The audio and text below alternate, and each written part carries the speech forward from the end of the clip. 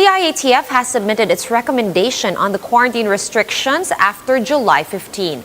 Let's discuss this further with Iloilo City Mayor Jerry Treñas. Good afternoon, Mayor. Mayor, can you confirm that the IATF will be recommending the shift of Iloilo City to the most restrictive MECQ status? Yes, Sonia. I just met with the regional IATF composed of all the regional directors for the ILG, for the OH, for OCD, for NEDA, for DTI. And the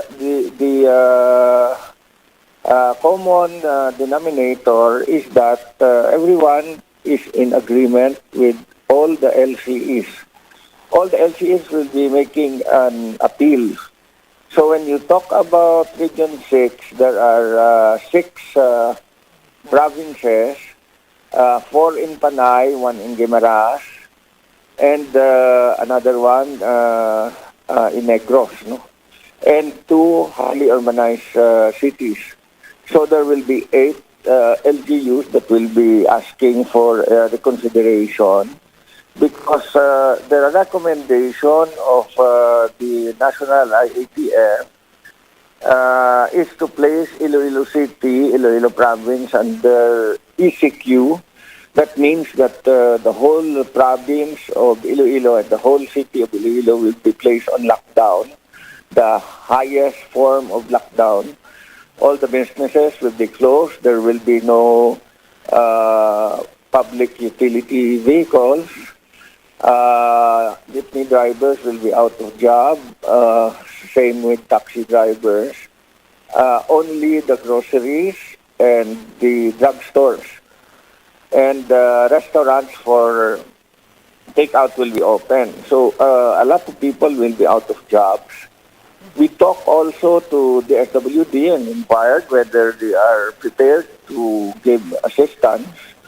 And they said that they are going to inform their central office that they are not prepared to give assistance to everyone who will be affected.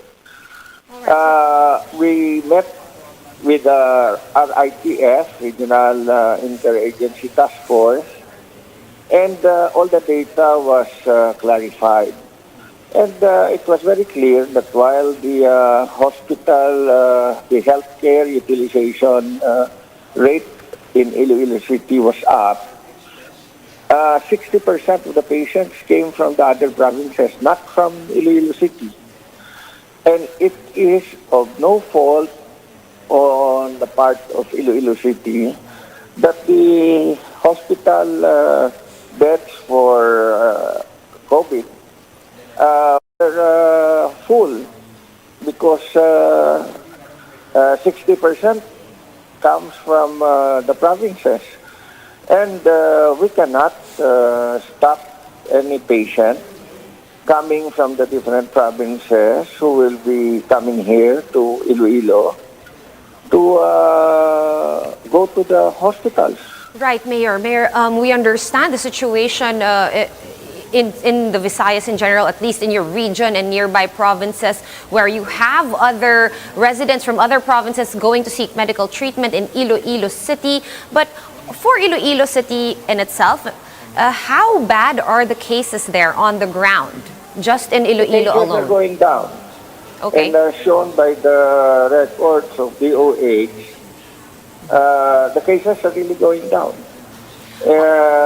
It is really the healthcare utilization rate that's bringing us down. And the patients, 60% are coming from the provinces, and we have no control of that. Right. What about the vaccination drive there in the city? We understand, of course, that here in Metro Manila, for example, it's stalling a little bit based on hesitancy and supply issues. Are you experiencing the same down there in Iloilo, sir? Well, in the NCR plus 8, they are talking now of the herd immunity. And the spelling of herd is HERD. Here in the provinces, we are also talking about the herd immunity. But the spelling is different. It is HEARD. So we only have heard about the immunity. We cannot do anything because we do not have vaccines. You don't have vaccines, or meaning is the supply very slow, or do you not have fresh supply for now? And Supply is very slow. They promised that they came up with this NCR plus 8 plus 10, and we are included in the plus 10. But up to now, we have not felt the plus 10. We can vaccinate. The highest, I think, is 10,000 a day. But the last time we were given vaccines for second doses for AstraZeneca and second doses for Pfizer, but only 5,000 both for first and second doses of Astra. Meaning to say that we can only use 2,005 of the 5,000. right, that is a very small amount, Mayor. How is vaccine hesitancy there? Are people in Iloilo City willing to get vaccinated despite the lack of supply? So is supply really the main issue? You don't have any issues with hesitancy? At the moment, we have not yet reached that stage. That there will be more vaccines for less people who want to be vaccinated. We have already pre-registered about 300,000 out of the targeted population of 450,000. So a lot of people want to be vaccinated. It's only the lack of vaccines that's holding us.